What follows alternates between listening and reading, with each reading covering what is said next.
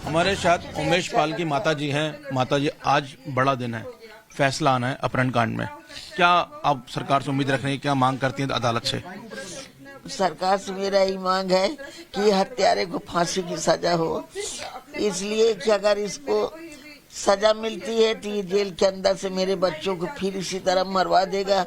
अभी तक मेरा सेठ इससे लड़ रहा था मुकदमा, अब मेरे यहाँ कौन लड़ेगा मुकदमा? मैं इससे लड़ने लायक नहीं हूँ, इसलिए इसको जो है तो फांसी की सजा सुनाई जाए,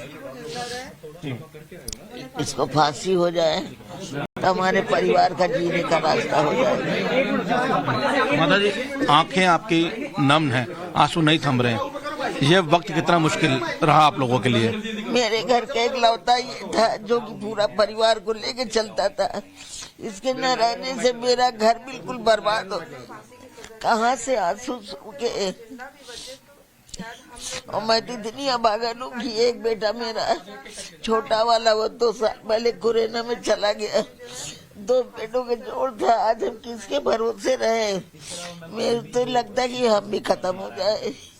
स्वर्गीय उमेश पाल की धर्मपत्नी जयपाल जी हमारे साथ हैं। आज फैसले का दिन है। अपहरण का जो मुकदमा था, जिसको खुद उमेश पाल लड़ रहे थे, आज उस पर फैसले का दिन है। क्या उम्मीद आपको कोर्ट से है आज, और क्या आपकी मांग है?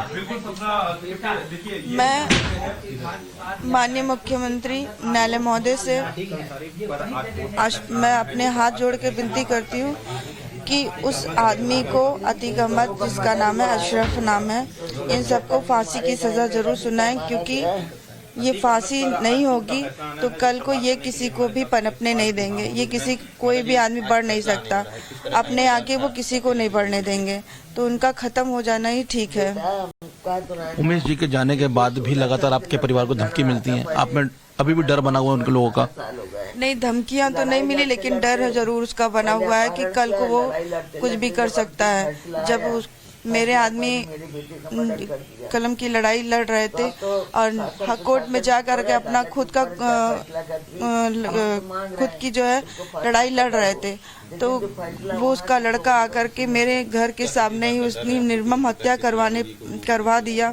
तो कल को ये भी हो सकता है कि वो कुछ भी कर सकता है। अपने लड़कों को लॉन्च कर रहा है कि हाँ, मैं अपने बच्चों को अब लॉन्च जुड़े हुए। मोहित, हमने बात सुनी जो आपने उनके परिवार के सदस्यों से की, और जाहिर तौर पर एक बहुत लंबा इंतजार, अगर इस केस की हम बात करें तो 17 साल का लंबा इंतजार फैसले के लिए परिवार ने किया है, लेकिन अब तो उमेश पाल की हत्या तक करवा दी गई है। ऐसे में परिवार बहुत डरा हुआ है कि अगर फांसी नहीं मिलती है अतीक अहमद को, तो परिवार के बाकी सदस्यों पर भी खतरा इसी तरीके से मंडराता रहेगा। क्या कुछ सदस्य इस वक्त आपके साथ हैं? अगर हैं तो उनसे बात करें कि आज के दिन से उन्हें क्या उम्मीद है इस फैसले को लेकर।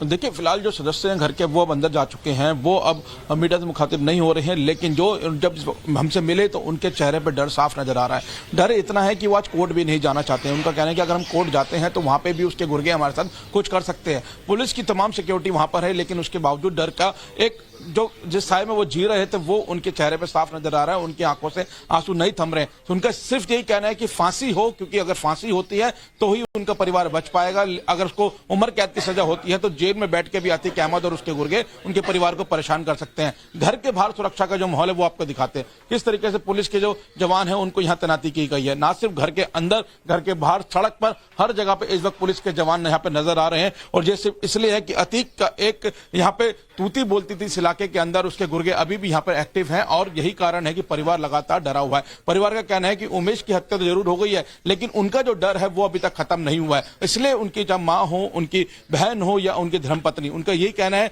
कि फांसी की सजा हो। अगर फांसी की सजा नहीं होती तो उनके परिवार को आगे भी नुकसान पहुंचाया जा सकता है। अब उमेश की हत्या हो गई है, ये वही घर है जिसके बाहर उमेश की हत्या की गई थी। यहीं पर गोलियां चलाई गई थी, बम फेंके थे। जो तस्वीर हमने देखी थी इसी घर के बाहर मौजूद गवाह की तस्वीरें थी। और आज जब फैसले का दिन है तो पुलिस ने यहाँ पर बड़ी सुरक्षा यहाँ पर तैनात की है। पुलिस की तरफ से, प्रशासन की तरफ से बड़ी सुरक्षा यहाँ पर तैनात की गई है कि यहाँ पर कोई भी अप्रिय घटना ना घटे। इसके लिए पहले से जवानों की मौजूदगी यहाँ पर नजर आ रही है, और जो मौजूदगी आज नहीं, पिछले 2 दिन से यहाँ पर इसी तरीके से बड़ी सुरक्षा देखने को मिल रही है। लेकिन परिवार जिस तरीके से फांसी की मांग कर रहा है, ना सिर्फ अदालत से बल्कि वो मुख्यमंत्री योगी से भी उम्मीद कर रहे हैं, उनसे भी मांग कर रहे हैं कि उनके जो आरोप, जो अतीक अहमद है उसका जो उसके भाई हैं और उसके जो गुर्गे हैं, उनको फांसी की सजा हो। अगर फांसी की सजा नहीं होती तो उनका परिवार खतरे के निशान पर रहेगा। ठीक है।